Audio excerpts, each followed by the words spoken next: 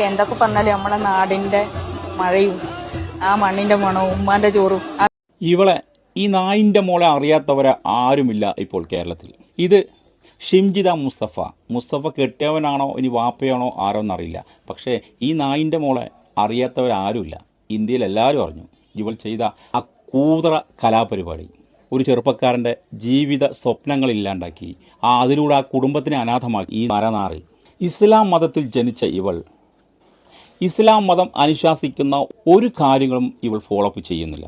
അതിനുദാഹരണമാണ് ഇവളുടെ ഈ ഡ്രസ്സ്. കണ്ടില്ലേ എത്ര ഫാഷനായിട്ടാണ് ഇവൾ നടക്കുന്നത്. ഇവളുടെ ഒരു വീഡിയോ ഒന്ന് കാണണം. പക്ഷെ എന്തൊക്കെ പറഞ്ഞാലും നമ്മളെ നാടിന്റെ മഴയും ആ മണ്ണിന്റെ മണവും ഉമ്മാന്റെ ചോറും അതൊന്നും ഇവിടെ ഇല്ലല്ലേ. പക്ഷെ ഒരു കണക്കിന് നമ്മളെ മണ്ണിന്റെ മണവും ഉമ്മാന്റെ ചോറും ഒന്നും ഇവൾക്ക് കിട്ടില്ല. പക്ഷെ ഇവൾക്ക് ഗോതമ്പുണ്ട കിട്ടും ഇപ്പോൾ. എന്നാൽ ഈ പര നാറി ചെയ്ത കാര്യം കണ്ടോ. ഇവൾ നാറിയ ഡ്രസ്സ് ഇട്ട് പല സ്ഥലങ്ങളിലും പോയി ചുറ്റിയടിക്കുന്ന ഈ നാറി പോലീസ് പിടിച്ചപ്പോൾ ഇസ്ലാമിൻ്റെ പർദ്ദക്കുള്ളിൽ അങ്ങോട്ട് ഇറങ്ങിക്കൊണ്ട് യഥാർത്ഥ ഇസ്ലാം മത വിശ്വാസിയെ പോലെ വരുന്നു പരനാറി.